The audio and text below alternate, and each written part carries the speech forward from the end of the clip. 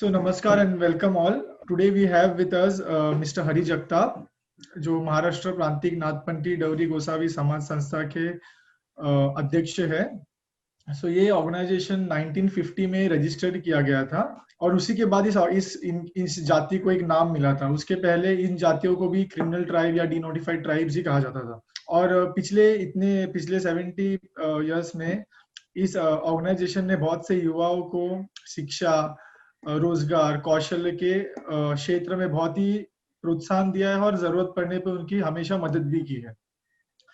आज विमुक्ति दिवस के अवसर पर मैं हरि जी को वेलकम करना चाहता हूँ और उनसे और इन डेप्थ में हम जानना चाहते हैं कि आपके कम्युनिटी के बारे में, किस तरीके से आप काम करते हैं और किस तरीके से परेशानियां भी होती है आपको, आप जब भी काम करते हैं। मुझे आपसे ये जानना था कि मेरा पहला सवाल ऐसा है कि विमुक्ति जाति या डिनोटिफाइड ट्राइब, इनके बारे में आप हमें जरा बताइए कि इनमें कौन कौन से जाति आती है या कौन कौन से लोग हैं जो इस जाति में आते हैं, किस प्रकार का व्यवसाय है इस जातियों का। 1857 में जो क्रिमिनल ट्राइब एक्ट बनाया गया था ब्रिटिश के राज में, जिनका मूल उद्देश्य ये था कि ये जो घुमंतु समाज है, जो भटकू समाज है, इनको इस तरह से पकड़ा जाए, इस तरह से इनको दबाया जाए कि ये अपना विकास या किस तरह की कोई भी एक्टिविटी ना करे। तो इनको एक लीगलाइज तरीके से इनको खत्म करने के लिए या इनकी एक्टिविटी को खत्म करने के लिए ये एक एक्ट बनाया गया, that is a criminal act for this tribe. जिसकी वजह से क्या किया गया कि इस समाज में पैदा होने वाला हर व्यक्ति, हर बच्चा जो है वो जन्म से ही क्रिमिनल उसको करार दिया जाता था, ताकि वो फ्यूचर में कोई भी उस तरह की एक्टिविटी पकड़ने से पहले उसको क्रिमिनल बनाया जाता था। भले वो आगे बढ़ के कुछ बढ़े या ना करे या कुछ करे, उसके एक्टिविटी को वही के वही दबाया दिया जाता। तो जन्म से ही इनको गुनहगार घोषित किया जाता था ब्रिटिश राज में। अभी इसका कारण क्या है? उसके अनेक कारण है कि क्यों इनको क्रिमिनल कहा जाता था। ये जब 1871 में जब ये कानून बना ब्रिटिश राज में, उसके पहले भारत में बहुत बड़ा ये हुआ था, मतलब रिवोल्यूशन हुआ था, जिसको हम लोग 1857 का उठाव बोलते हैं। तो इसकी अगर हम लोग जब इसके बैकग्राउंड को देखेंगे तो बहुत सारी चीजों में जब उसको एनालिसिस किया गया कि ये रिवोल्यूशन क्यों हुआ भारत में और इसके कौन से कारण थे, और इस चीजों में इन समाज का ये जो ट्राइब है, इन ट्राइब का क्या एक्टिव रोल रहा है। मेनली पासिंग द मैसेजेस, रणनीति बनाना, स्ट्रैटेजी बताना और सारी चीजों को यहाँ से वहाँ फेरना और एक स्ट्रैटेजी बना के उनको ग्राउंड बनाने के देने के लिए इन जातियों का बहुत बड़ा हाथ था। और दूसरी चीज, ये जातियां मुख्यतः जंगलों पे और जंगलों में ही रहती थी और जंगलों के व्यवसाय पे ही उन लोगों को जीवित रहती थी। और ब्रिटिश को बहुत बड़ा पैमाने में इन जंगलों पे अपना अधिकार प्राप्त करना था, जो मूल से इन जातियों के पास था। तो इन जातियों को दबाने के लिए इन्होंने ये क्रिमिनल ट्राइब्यूनल एक्ट बनाया, और जिसकी वजह से क्या हो गया, उनको नॉन बेलेबल, मगर अगर पकड़ा जाए तो उनको कोई बेल ही नहीं मिलती। तो उसकी वजह से पूरी जिंदगी ये लोग ऐसे ही जेल में चले जाते थे। फिर 1952 में इस एक्ट को खत्म किया गया और इन जातियों को जो जन्म से गुनहगार थे उसमें से इनको मुक्ति मिल गई। तो ये आज के दिन का जो महत्व ये है कि हमारे पे आज के डेट में हम लोग जाति से है, गुनहगार नहीं है। यही हमारा आज का महत्व है। भले भारत स्वतंत्र 1947 में हुआ, बट हमको स्वतंत्रता 1952 के बाद मिली है। तो ये आज का महत्व है हमारे दिल में। और जैसे कि मैंने पूछा था आपको कि कौन कौन से ऑक्यूपेशन है जो इस विमुक्ति जाति या डिनोटिफाइड ट्राइब्स के लोग हैं, जो कौन से व्यवसाय में ये लोग इन्वॉल्व है। देखिए, इनका मुख्य व्यवसाय पारंपरिक व्यवसाय रहता है। अगर आज आप देखा जाए तो जिसको आप एक एक तरीके से लोगे तो डोंबारी देखते होंगे आपको, जो रास्ते पे खेल करते हैं, जो एरोबेटिक्स करते हैं लड़के बच्चे, वो समाज देख लीजिए। आप मसन जोगी देख लीजिए। मसन जोगी एक ऐसा समाज है जो स्मशान भूमि में रहता है और वहाँ की सारी क्रिया विधि करता है, वो है। दूसरा आप देख लीजिए नाथपंथी डोगरी गोसावी समाज। ये समाज जो है, तो गाय को चारा खिलाने का, ज्योतिष बताने का ये काम करता है। दूसरा बार आप देख लीजिए पारधी समाज जो है, ये मुख्यतः जंगलों पे ये रहता है। भील समाज देख लीजिए, ये जंगल में रह के जंगल की जो भी उपलब्धियां मिलती है उससे वो व्यवसाय करके अपना गुजारा करता है। दूसरी बात आप देख लोगे कि ज्योतिष बताने वाले कुछ रहते हैं, जो ज्योतिष बता के घरों घरों में जाके अपना व्यवसाय करते हैं। कुछ वासुदेव रहते हैं जो सुबह सुबह हमारे घरों में वासुदेव जो आते हैं, नाच नाच करते हैं और पैसा लेते हैं, वो रहते हैं। कुछ समाज के लोग देखेंगे कड़क लक्ष्मी जिसको बोलते हैं, जो भगवान का बड़ा पिटारा अपने सिर पे ऊपर अपने सिर पर, हाँ, अपने पूरे बदन पे चाबुक मारते हैं, वो समाज से कुछ लोग रहते हैं। कुछ नाचने गाने वाले लोग रहते हैं जो यहाँ से वहां जाते हैं। कुछ गाय का व्यवसाय करने वाले लोग रहते हैं, ये समाज को आपने देखा होगा। तो इस तरह से अलग अलग लोग हैं, समाज के लोग हैं जो करते हैं। तो इस तरह का मुख्य इनका पारंपरिक व्यवसाय रहता है, ओके। जिसपे ये जीते हैं और इसमें ये लोग बड़े बनते हैं और ये अपना व्यवसाय करते हैं और अपने घर का गुजारा करते हैं। मेरा ये सवाल था कि जैसे आपने भी बोला कि 1952 में इन जातियों को विमुक्त कर दिया था पंडित जवाहरलाल नेहरू जी ने। सो उस बराबर। वक्त के बाद कानून में तो बदलाव आया था, बट क्या आपको लगता है कि लोगों के नजरिए में भी बदलाव आया था इन लोगों के प्रति, या अभी भी उसी तरीके से इन लोगों को देखा जाता है? या कुछ इंसिडेंट्स हो गए जो आप शेयर कर सकते हो? देखिए, समाज की जो देखने की जो जो चश्मा रहता है, भले उसके कलर चेंज हो जाते हैं, मगर देखने का नजरिया समाज का जो रहता है वो कभी बदलता नहीं है। वैसी ही हालत इन समाज के प्रति जो उच्च वर्णीय समाज है, जो बहुसंख्य समाज है, उनकी अवस्था हो गई। क्योंकि इनको पहले से ही इनको चोर, हम्म। गुन्हे करने वाले लोग या ऐसे अलिप्त समाज की तरफ इनको देखा जाए। और 1952 के बाद इनको किधर विमुक्त किया गया है और उनकी जातियों को बाबा ये जन्म से अभी गुनहगार नहीं, अगर कर्म से हो गए तो ये गुनहगार है, इस तरह से देखा जाता है। मगर समाज का जो देखने का जो नजरिया है वो आज भी इस समाज के प्रति ठीक नहीं है और उस तरह से एक्सेप्टेबल भी नहीं है। इसके कई अनेक उदाहरण है जो मेरे व्यक्तिगत जीवन का भी मैं दे सकता हूँ और ऐसे हमारे समाज के अन्य लोगों के बारे में भी दे सकता हूँ। और समाज जिस तरह से इन लोगों को देखता है वो बड़ी हीन अवस्था से देखता है। भले डॉक्टर बाबा साहब अम्बेडकर ने SC ST कानून लागू लाने के बाद बहुत सारे समाज परिवर्तन लाए, लेकिन आज तक ये जो समाज है हमारा भटका जो समाज है, ये आज भी उस SC ST समाज से भी निचले अवस्था में है। क्योंकि SC ST को कानूनी प्रावधान मिलने से उनको समाज में विलित किया गया, उनको कानूनी प्रावधान मिलने से उनको संरक्षण मिला, लेकिन हमारे समाज को किसी तरह का संरक्षण ना मिलने की वजह से हम उसी तरह से उपेक्षित जो पहले थे वो ऐसे ही है। और इसी की वजह से आज भी समाज को हमारे देखने का जो तरीका है वो लोगों का इसी तरह से हीन अवस्था में देखने का है, एक तुच्छ अवस्था से ही देखते हैं समाज। अभी तक उस तरह से एक्सेप्ट नहीं किया। भले आज समाज में कुछ लोग पढ़े लिखे हैं जो आगे आए हैं, जो परिवर्तन करते हैं, लेकिन बहुसंख्य 90% जो समाज आज भी है घुमंतु, वो एक जगह पे स्थिर ना होने की वजह से, एजुकेशनली साउंड ना होने की वजह से, इकोनॉमिकली तो हमारे पास कभी पहुंचा ही नहीं हम वैसे, और राजकीय तो दूर दूर तो हमको मिलता नहीं। इसीलिए इस समाज को दूसरे जो बहुसंख्य या उच्च वर्णित समाज जो है वो आज भी उस तरीके से नहीं एक्सेप्ट करता जैसा करना चाहिए, मुझे आज भी लगता है। उसके उदाहरण मैं आपको देना चाहूंगा सर। अभी फिलहाल का ही एक आंसर में देता, मतलब उदाहरण देना चाहूंगा। जो 1 जुलाई 2018 में एक बहुत बड़ी घटना हमारे समाज में हुई, जिसको हम लोग राइनपड़ा धुले हत्याकांड बोलते हैं। अभी यहाँ हुआ क्या था कि हमारे समाज के कुछ लोग जो सोलापुर डिस्ट्रिक्ट से थे, जो अपने पेट गुजारा करने के लिए इस धुले के जिले में अपना गुजारा कर रहे थे। मतलब जहाँ पे जाके भिक्षा मांगना, जहाँ पे जाके ज्योतिष बताना, कुछ भगवान का कार्य करना, गोंधड़ करना, जो आरास करते हैं भगवान की, उस तरह से काम कर रहे थे। अभी इसी तरह से हुआ क्या, ये 5 भिक्षु सुबह सुबह उस धुले रायनपड़ा गांव में भिक्षा मांगने चले गए। अब मोबाइल की वजह से हुआ क्या है कि कुछ दिन पहले उस गांव में ऐसी खबर आ गई मोबाइल पे किसी के कि बच्चों को पकड़ने वाली टोली गांव गांव में घूम रही है और बच्चों को पकड़ के लेके जाती है। बराबर है।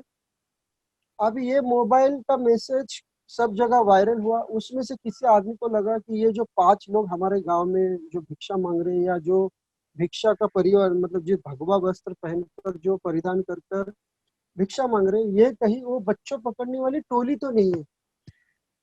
और घूमते घूमते वो सारी जो वार्ता है ऐसी मतलब पूरे इसमें जो स्प्रेड हो गए कि लोगों को लगा कि यही वो टोली है। उनकी ना जानकारी ली गई, ना उनसे बातचीत की गई, कि उनका क्रॉस वेरिफिकेशन किया गया। सिर्फ उसको ऐसा समझ गया कि ये समाज के जो लोग हैं, इनका ऑलरेडी बैकग्राउंड जो है वो गुनहगारी है।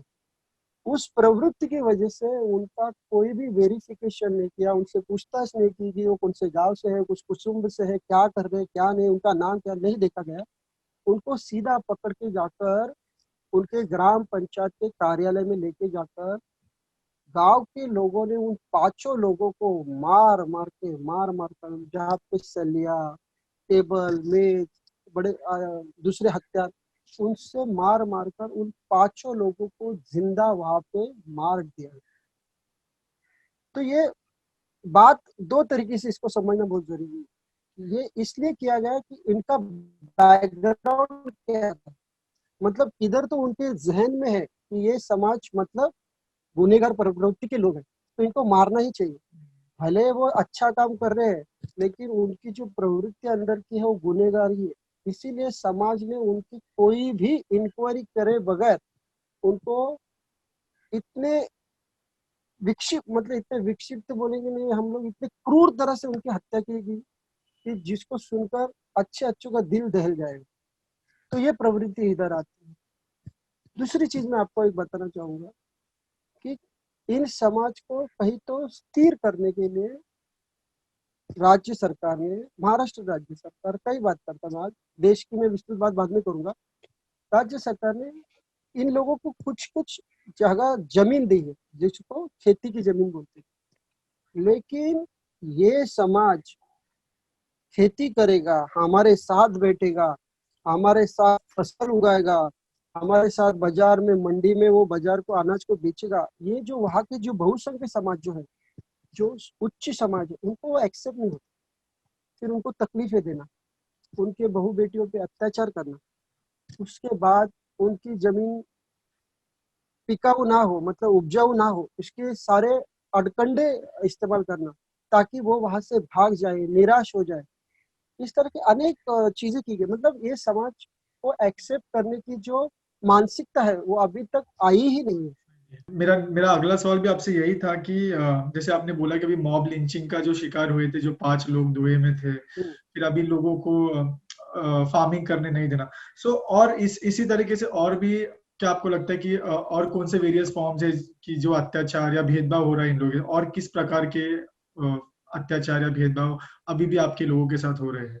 हमारा इस समाज पर, मतलब इस घुमंतु समाज पर, इस भटके समाज पर, ये जो डिनोटिफाइड ट्राइब है, इस पर, समाज पर अत्याचार जो है ना, हर स्तर पे हो रहा है। मतलब आप उसको एजुकेशनली, शैक्षणिक स्तर बोलिए, सामाजिक स्तर बोलिए, इकोनॉमिकली बोलिए, और सांस्कृतिक स्तर पे भी देखिए। अभी हम लोग अगर हमारा सबसे बड़ी मुश्किल को आप समझेंगे तो हमारी सबसे बड़ी मुश्किल आज के डेट में है कि हमारे समाज जो पूरे भारत में फैला हुआ है, उसको 90%, 98% लोगों के पास खुद की जमीन नहीं है। खुद की जमीन या खुद का खेत या खुद का घर ना होने की वजह से ये लोग सिर्फ जीने के लिए ही जीते हैं। इनका सुबह उठ के जो पहला जो काम है वो है कि आज के डेट की, आज के दिन की चर्या में उनका पेट भरा जाए। इसकी वजह से वो सिर्फ वही वही घूमते रहते हैं जहां जहां उनका पेट भर सकता है। इसलिए ये समाज कोई स्थिर समाज नहीं है। स्थिर समाज ना होने की वजह से क्या हो रहा है, उनके बच्चे भी उनके साथ ही घूमते रहते हैं, उनके बच्चे साथ घूमते रहते हैं। इसलिए जब ये समाज यहाँ से वहां अपने उपजीविका के लिए जहाँ जहाँ जाता है, तो उसके साथ ही उनके बच्चे भी चले जाते हैं, उनका पूरा परिवार भी उनके साथ ही जाता है। तो इसकी वजह से उन बच्चों का एजुकेशन नहीं हो पाता, क्योंकि स्थिर समाज में ही एजुकेशन होता है। क्योंकि हमारे देश में कोई मोबाइल एजुकेशन है ही नहीं। हमारे समाज में स्थिर एजुकेशन है, वहाँ सुबह रोज स्कूल जाना पड़ता है, स्कूल से आना पड़ता है, फिर एग्जाम देना पड़ता है। ऐसे ही स्थिर समाज में स्कूल व्यवस्था होने की वजह से हमारा समाज स्थिर ही नहीं है।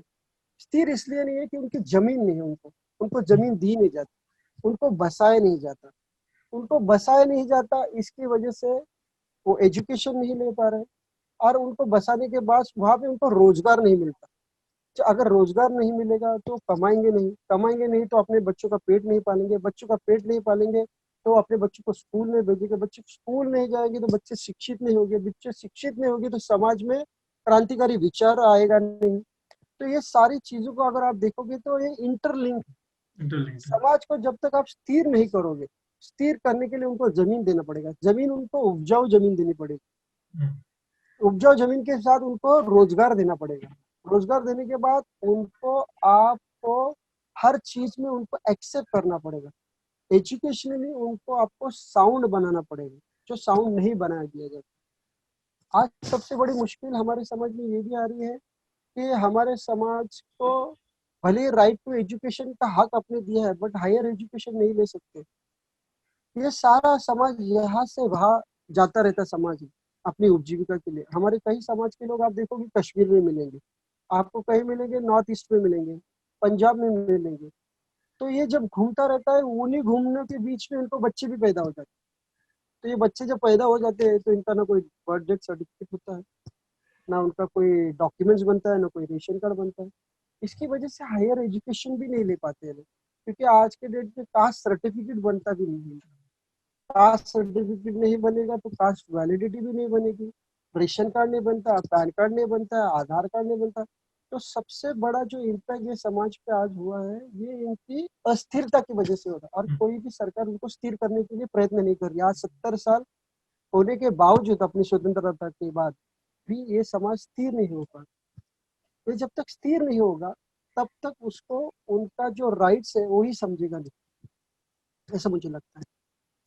So, और दूसरी चीज yeah. बोलिए। नहीं, go on, कंटिन्यू करिए आप।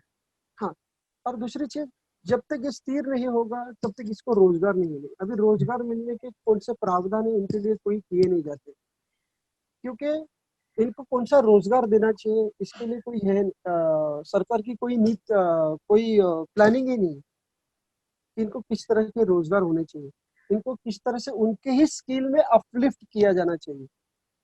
ऐसा सरकार के पास कोई उद्देश्य नहीं। फॉर एग्जाम्पल मैं आपको बताना चाहूंगा कि भटकंतु समाज में एक समाज आता है पारधी समाज, जिसको चोर ही कहा जाता है, जो सबसे बड़ा ये एक क्रिमिनल रिकॉर्ड में उनको देखा गया कि। लेकिन मैं बताना चाहता हूँ कि ये पारधी समाज के जो बच्चे हैं, वो समाज के बच्चे दौड़ने में सबसे बेस्ट है। तो ऐसा कोई प्लानिंग ही नहीं गवर्नमेंट के पास कि इनकी जो बेसिक जो स्किल है उसको अपलिफ्टमेंट किया जाए, ताकि एटलीस्ट में इनके बच्चे जा पाए। इसको नहीं देता। जैसे एक डोंबारी समाज है, जिनके बच्चे आपने देखे होंगे जो रस्सियों पे करतूत करते हैं, बैलेंसिंग करते हैं, एक्रोबेट्स करते हैं। एक्रोबेटिक। हाँ, एक्रोबेट्स करते हैं। इनको इनकी स्किल को बढ़ाने के लिए कोई प्लानिंग ही नहीं है। उनको लगता है कि प्लेन एजुकेशन लेने के बाद वो करेंगे, वो नहीं कर पाते हैं। तो ऐसे बहुत सारी चीजों का दिक्कतों का सामना करता है। और सबसे बड़ी बात कि कोई भी राजनैतिक आरक्षण इस समाज को है नहीं, इसलिए हमारे प्रश्नों को कहीं कोई उठाता ही नहीं। तो जितने भी मूवमेंट होते हैं हमारे समाज में, वो कहीं ना कहीं दब जाते हैं, क्योंकि कोई रिप्रेजेंटेशन ही नहीं मिलता। और रिप्रेजेंटेशन ना मिलने की वजह से आज भारत की लोक संख्या की 15%, मोटा मोटी more than 15 crore of the people still is not into the main focus और मेन स्ट्रीम। ये तो ओवरऑल हरि जी आपने बता दिया है कि किस तरीके से जो समाज है, जो अपनी डिनोटिफाइड ट्राइब्स जो है, जो किस तरीके से आज भी उनको बहुत से डिफिकल्टीज फेस करने पड़ रहे हैं। सो मैं आपके काम के बारे में भी थोड़ा जानना चाहूंगा कि आप किस तरीके से इस समाज के साथ जुड़े हैं और किस तरीके से आप आगे जाके काम कर रहे हैं समाज के लिए। देखिए, मैं इस समाज का ही अंग हूँ, बराबर। मेरे दादाजी कैलाशवासी विठोबा सावड़ा जगताप, इन्होंने 1950 में, मतलब जब महाराष्ट्र राज्य का भी स्थापना नहीं होती उससे पहले 1950 में इस समाज को नाथपंथी डोगरी गोसावी समाज ये नाम गैजेट में रजिस्टर करवाया गवर्नमेंट के, क्योंकि इस समाज को कोई नाम ही नहीं था। हमारे समाज को जो ये नाथपंथी, कोई इनको डवरी बुलाता था, कोई इनको नाथपंथी बुलाता था, कोई इनको गोसावी बुलाता था, कोई इनको गोंधड़ी बुलाता था, कोई इनको भराड़ी बुलाता था। ये अलग अलग नामों से इनको पुकारा जाता था। इसकी वजह से होता क्या था कि ना इनको कोई फायदा ही गवर्नमेंट का छोटा सा अगर लेना होगा, वैसे भी आरक्षण कमी है हमको, मगर जो भी है वो कुछ तरह का फायदा या ये इनको इस समाज को मिल नहीं रहा था, तो इनको नाम ही नहीं था।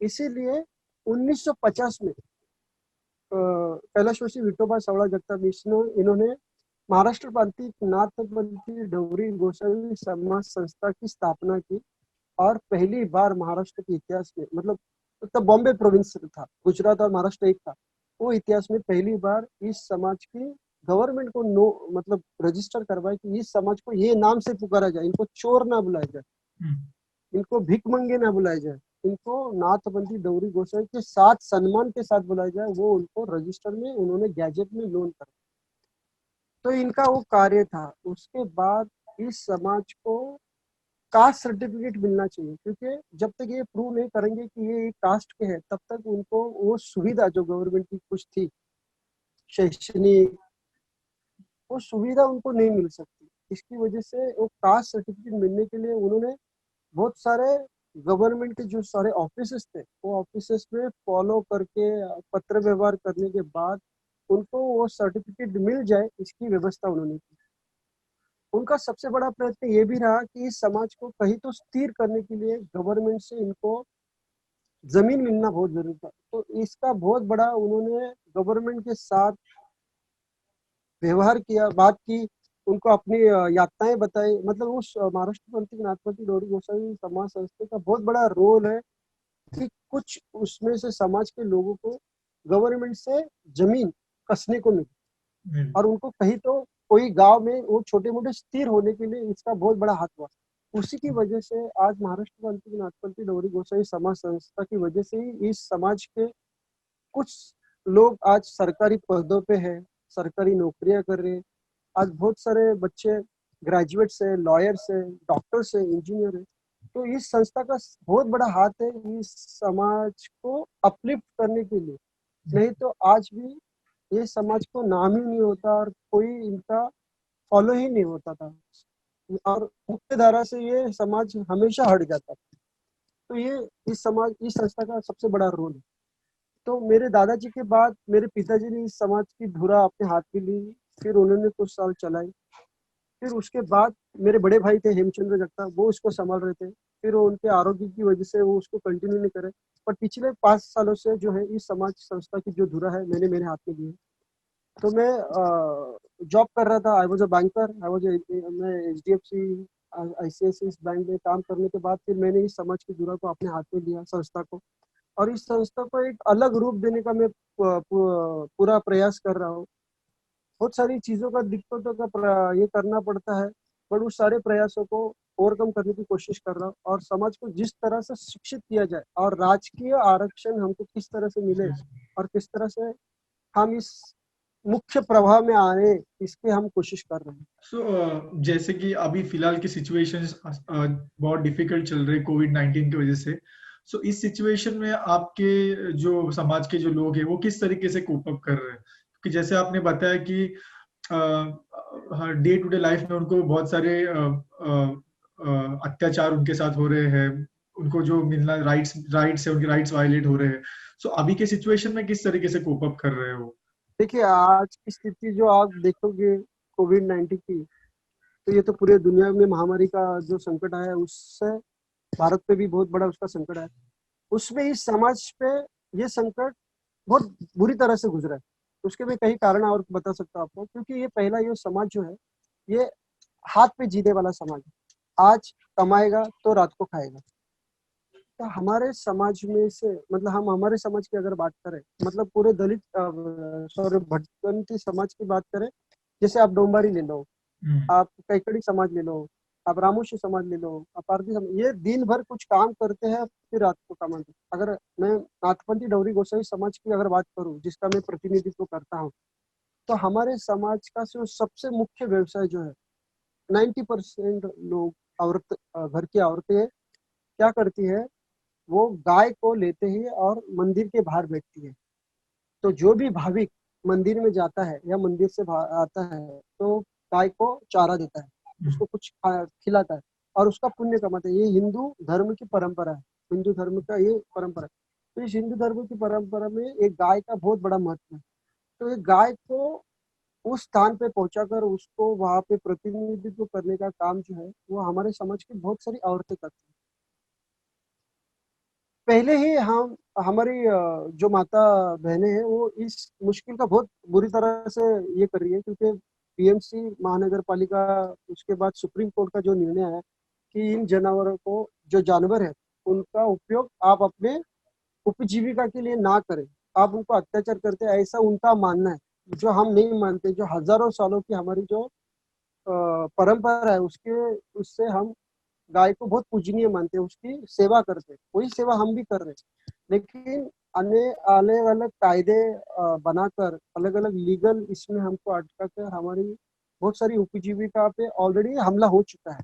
तो गाय को बीएमसी लेके जाती है, भ्रूण नंबर महानगर पालिका लेके जाती है, फिर उन पे चार्जेस लगाती है, केसेस भरती है। तो ये इसमें बड़ी मुश्किल से तो हम वैसे भी उभर ही रहे थे, मतलब ये मुश्किल का सामना हम रोज कर ही रहे। उसके बाद जो हमारे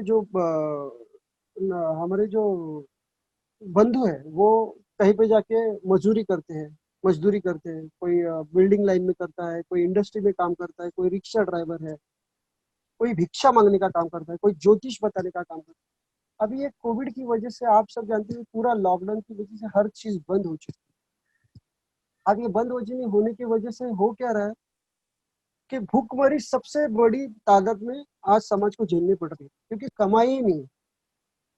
गवर्नमेंट ने तो लॉकडाउन कर दिया है, बराबर, आप घर में रहिए, पर घर में क्या करें उसका कोई एनालिसिस दिया नहीं कि आप नौकरी लोगों की चली गई है, रोजगार लोगों का बंद हो चुका है। जो औरतें गाय पे जाती थी, गाय का व्यवसाय करके कुछ कमाती थी, घर चलाती थी, वो पूरी तरह से बंद हो चुका है। फिर कोई औरतें मेड्स बन के काम करती थी, वो मेड्स भी अभी बंद हो गया है। तो ये कोविड का जो असर इस समाज पे हुआ है, जो जमीन से जुड़ी हुई जो समाज ये है व्यवस्था, उस पे बहुत बुरा असर हुआ है उनका। उसकी वजह से क्या हो रहा है कि भूखमरी और पूरी तरह से मतलब डिस्ट्रॉय होते जा रही है मानसिक रूप पे, और शारीरिक स्तर पे भी इनकी बहुत हालत खराब होती जा रही है। क्योंकि मैं समाज में जब घूमता हूँ तो इनकी हालत देख के हमको बहुत तरस आता है, पर हम अपने ओर से जितनी कोशिश कर सकते हैं उतना करने का प्रयत्न करते हैं। पर economically our trust also not so much sound कि हम उनकी तकलीफों को इतना पूरी तरह से कर सकें। तो बहुत बुरी तरीके से समाज आज ये हो रहा है। आज स्कूल में भरने के लिए, उनको एजुकेशन का भरने के लिए आज फीस भी नहीं, कुछ ऐसी ऐसी भी चीजें हैं। बहुत सारी समाज के लोगों का फोन आता है कि कुछ हमारे लिए कीजिए, कुछ रोजगार हमारे लिए कीजिए, पर आज की स्थिति में वो करना भी बड़ी मुश्किल हो गया है। मतलब ये 6 महीने से ये कह सकते कि कमाई 1 रुपए की नहीं है, और भीख भी नहीं मांग सकते। मतलब इतनी बुरी अवस्था है कि आज भीख भी मांगना मुश्किल हो गया वो समाज के लिए, क्योंकि हर तरीके से बंद आ चुका है।